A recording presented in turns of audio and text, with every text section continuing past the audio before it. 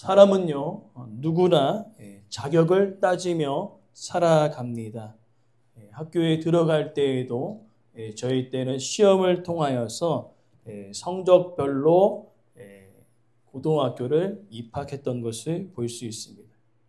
그처럼 우리는요, 이 단순한 그 고등학교를 입학하는 또 대학교를 들어가는 그것도 있지만 학력, 경력, 실력이 조건이 되어서 그것을 바라보고 그것을 따지면서 살아가는 그 세상 가운데 우리는 살아가고 있습니다.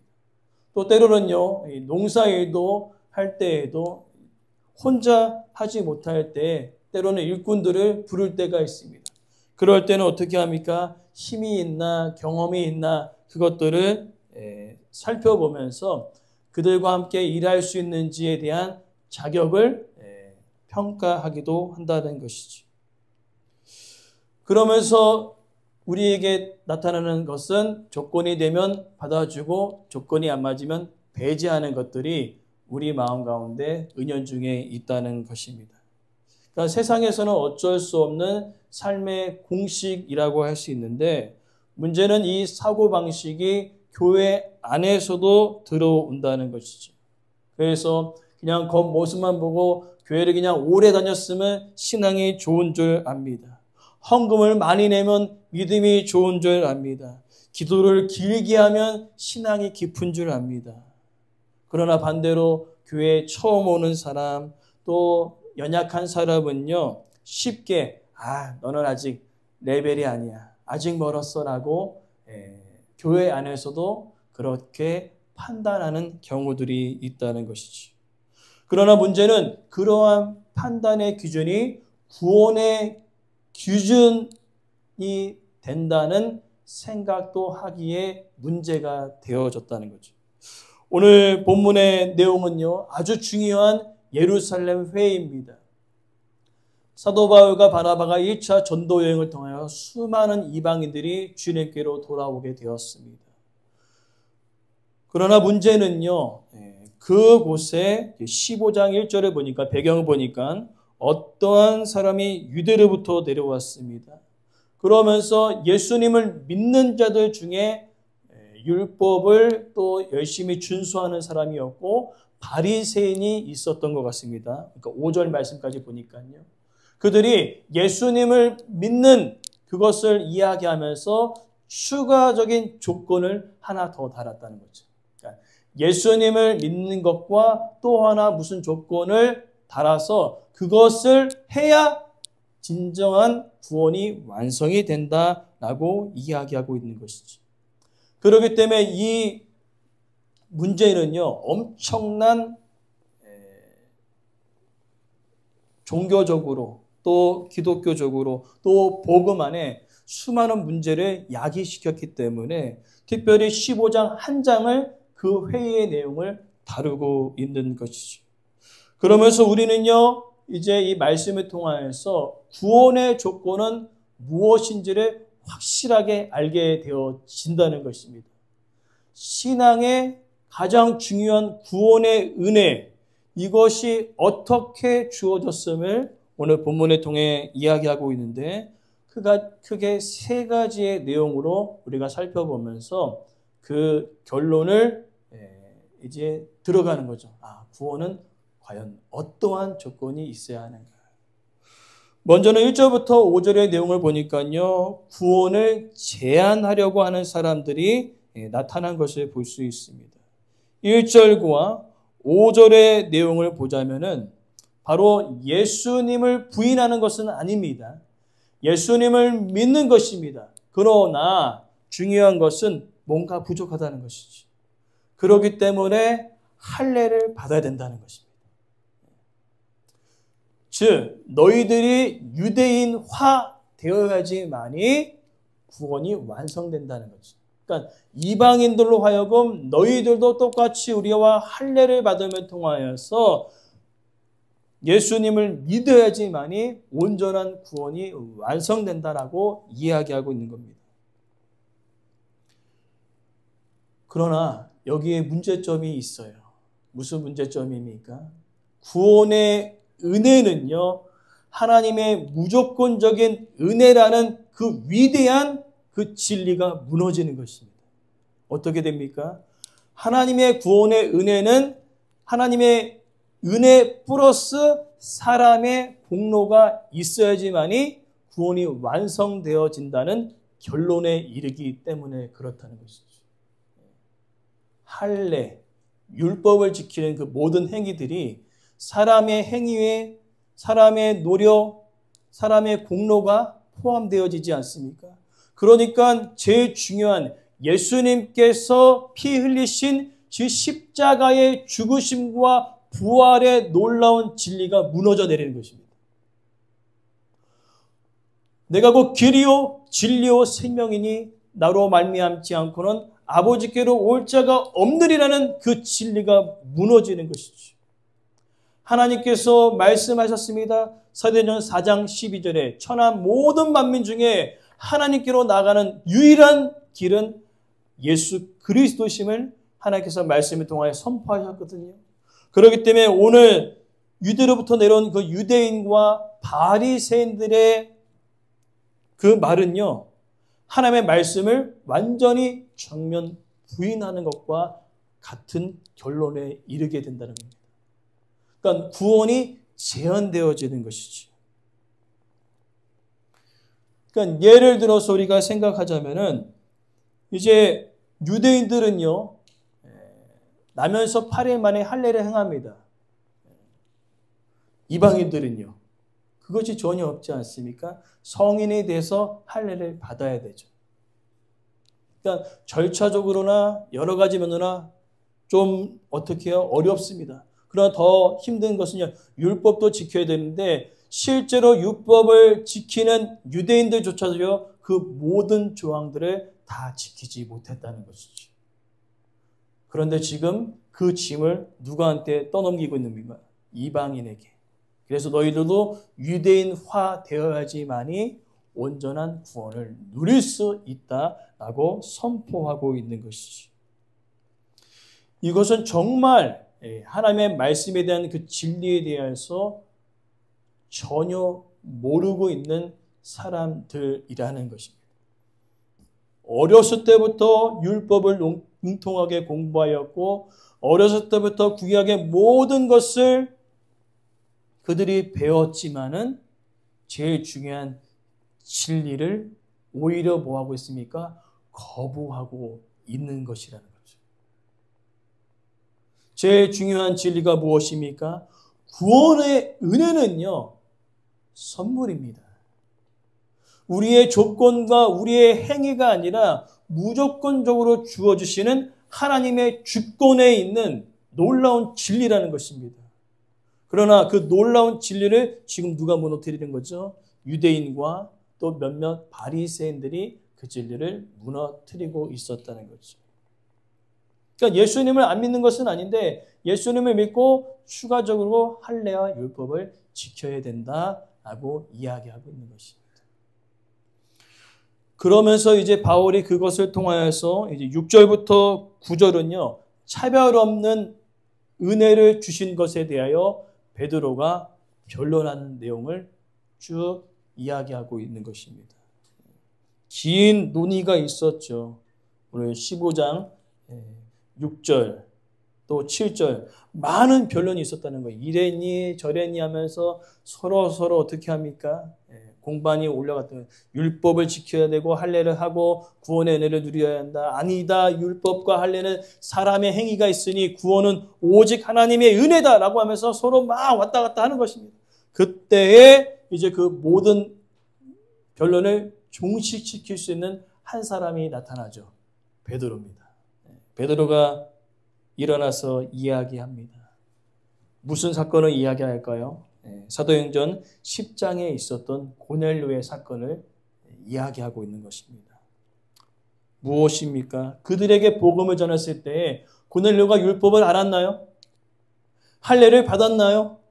전혀 아니었다는 거예요. 율법도 몰랐고 할례를 받은 상태도 아니었습니다. 그러나 구원의 은혜를 받은 사람이 누렸던 또 하나의 선물은 초대교회 선물 또 하나 뭐죠? 성령이죠. 오늘 고넬료에게 갔습니다. 복음을 전했습니다. 그들은 할례를 받지 않았습니다. 율법도 지키지 않았습니다. 그런데 복음이신 예수 그리스도의 말씀을 들었을 때에 성령이 그들 가운데 임하였다는 것이지요. 무엇입니까? 구원의 은혜는 사람의 행위와 노력에 있지 아니함을 확실하게 보여주는 증거가 되었다는 것입니다. 그래서 8절 말씀에 이야기하는 것이요. 성령을 부어주심을 통하여 증거가 되었다는 거예요. 무엇입니까? 구원의 은혜는 사람의 행위와 노력과 공로가 절대로 필요하지 않다. 권사님 그죠? 네. 오직 예수 그리스도의 은혜로 말미암아 우리가 구원을 받았습니다. 네. 이게 정말로 중요한 진리예요. 오늘 그것을 이야기하고 있는 것입니다. 베드로는요. 그러면서 자신을 부르셨던 그 목적을 7절에 이야기하고 있는데 나를 부르신 목적은 이방인에게 복음을 전하게 하려 함이었다. 그리고 그것을 고넬료의 사건을 통하여 성령을 부어주심을 통하여 확증하셨다. 즉 구원의 은혜는 유대인들만 누리는 것이 아니라 모든 자가 누리는 것이다. 우리가 시편 87편 말씀을 우리가 살펴봤을 때 이 내용이 들어가요. 뭐냐? 시편 87편에 보니까요. 시온성 안에 살아가는 사람들을 이야기할 때 87편 4절에 보니까요. 라합이라고 상징하는 애굽, 바벨론, 멀리 구스, 블레셋 이 사람들이 예루살렘 성 시민이래요. 이해가 돼야 안 돼요? 안 되죠. 절대 안 되죠. 왜 그렇습니까? 이스라엘 백성들의 선민 의식 때문에 그랬다는 거예요. 선민 의식이 뭡니까? 너와 나는 다르다. 그리고 우리만 구원받았고 너희들은 지옥불에 떨어질 인간들이다. 그것들이 우리 처음 복음이 선포되었을 때도 그대로 적용되어졌죠. 극단적으로. 뭐였죠? 예수, 천당, 불신, 지옥. 그냥 교회 안에 있는 사람 말고 교회 바깥에 있는 사람 다 뭐예요? 지옥불에 떨어질 사람들이라는 거죠. 그게 아니다는 거죠. 너와 다르다는 태도가 아니라 세상 가운데 다르게 살아가라는 그 말씀을 우리는 받아야 되는데 태도만 받았어. 너와 나는 달라. 마치 유대인들이 선미의식을 가진 것처럼 우리도 그렇게 잣대를 가지고 사람들을 평가할 때가 있었다는 거죠. 그러나 오늘 하나님께서 말씀하십니다. 창세기부터 쭉 여러 선지자들이 이야기합니다. 복음은 모든 자에게 들어가는 것이다. 창세기 12장 3절에 아브라함에게 1절 2절 아브라함의 자손에게 복을 주실 것이다 쭉 선포합니다. 그 다음에 3절에 뭐랍니까? 천하 만민이 복을 얻게 될 것이다. 복음을 모든 자가 누리게 되어질 것이라는 거죠. 그리고 더 확실한 것은 스가랴 2장 11절 말씀에 이렇게 고백합니다. 많은 나라가 여호와께 속하여 내 백성이 되리라. 정말 구약의 말씀을 확실하게 묵상하며 살았던 자들은요. 이것이 전혀 놀라운 일이 아니라는 거예요. 왜? 아브라함부터 끊임없이 선지자를 통하여 선포하였거든요. 하나님은 유대인들만의 하나님이 아닌 모든 자들의 하나님 되시고 온 땅의 주인이신 분이심을 계속적으로 선포하고 있었다는 거죠. 그러나 깨지지 않는 것은 뭡니까? 선민의식이었어요. 깨지지 않는 사고방식. 그것을 이제 초대교회 성령을 부어주심을 통하여 언어의 장벽을 무너뜨리시고 종족의 장벽을 무너뜨리시고 빈부의 장벽을 무너뜨리셨다는 거죠. 실제로 보여내고 있지 않습니까? 그 이야기를 베드로가 하고 있는 것이지. 그러면서 9절 말씀에 하나님은 이방인이나 우리나 차별하지 아니하셨다. 차별하지 아니하셨다. 특별히 우리 유대인과 이방인, 오늘 우리도 이방인입니다. 똑같이 하나님 앞에 여러분 죄인이라는 것을 여러분 기억하십시오. 아무리 유대인들이 선민의식을 강조해도 하나님 앞에는요. 유대인과 이방인이 똑같이 죄인이라는 거죠. 그리고 그 다음에 놀라운 진리는 그렇기에 모두 다 예수 그리스도를 믿을 때에 차별 없이 구원의 은혜가 유대인과 이방인에게 동등하게 부어진다는 것입니다. 그게 하나님의 말씀의 진리라는 것이지. 그러면서 이제 마지막 세 번째 내용은 이제 논쟁의 결론을 이제 베드로가 선포하고 있는 것을 볼 수 있습니다. 10절, 11절의 내용이 이제 결론의 내용인데 뭐라고 얘기합니까? 멍에를 매지 말라라고 이야기하고 있어요. 여기에 멍에는 뭘까요? 앞에서 얘기하는 예수님을 믿어야 되고 할례를 받고 율법을 지키라는 멍에라는 거죠.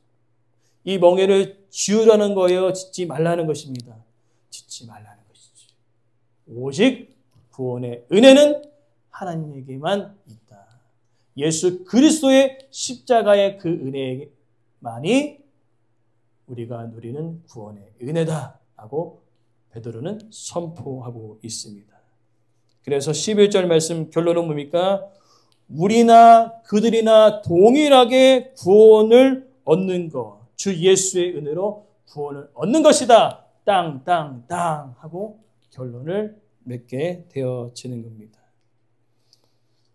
그러면서 우리는요, 오늘 이 15장의 내용이 아주 중요한데 단순한 교리 논쟁이 아니라요, 신앙의 기초입니다. 아주 중요한 진리라는 것이지요. 구원의 은혜는 사람의 행위와 노력이 절대로 필요하지 않다는 것이죠. 오직 하나님께서 이 땅 가운데 보내신 예수 그리스도를 믿을 때에 우리에게 구원의 은혜가 주어졌습니다. 그리고 더 나아가 그것만 주신 것이 아니라 이 땅을 살아갈 때에 우리가 믿음으로 나아갈 수 있도록 우리 안에 성령 또한 부어주심을 믿습니다. 그러면서 오늘은요, 기억해야 되는 거죠. 하나님의 구원의 은혜는 차별 없이 모든 자에게 주어진 것이다. 그러니 나의 생각과 내 가치관대로 누군가를 판단하고 정죄해서는 안 된다. 맞지요? 네. 우리가 구원의 은혜를 제한해서는 안 된다는 거죠. 이 사람은 이래서 안 되고 이 사람은 저래서 안 되고. 한 교회에 허름한 옷을 입고 온 한 노인분이 계속 교회를 나오셨다고 합니다. 이제 몸이 좀 아프셔서 냄새도 좀 나셨던 것 같아요. 그러니까 주변에 그 노인을 중심으로 그 주변에 아무도 안 나는 거예요. 오늘 동일한 이 메시지가 선포되면서 목사님이 이렇게 이야기했답니다.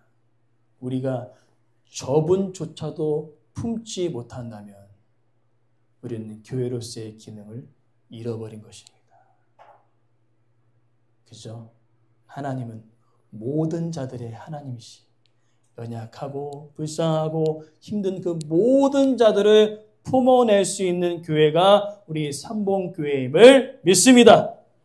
모두 다 품어낼 수 있는 것이 교회라는 것이죠. 차별 없이. 그리고 더 나아가 그 은혜를 우리가 구원의 은혜를 모든 자들에게 나누어 줄 수 있는 그 놀라우신 그 성령의 기름 부으심의 역사가 우리 삶 속에 날마다 흘러 넘치기를 간절히 소망합니다. 결론은 무엇입니까?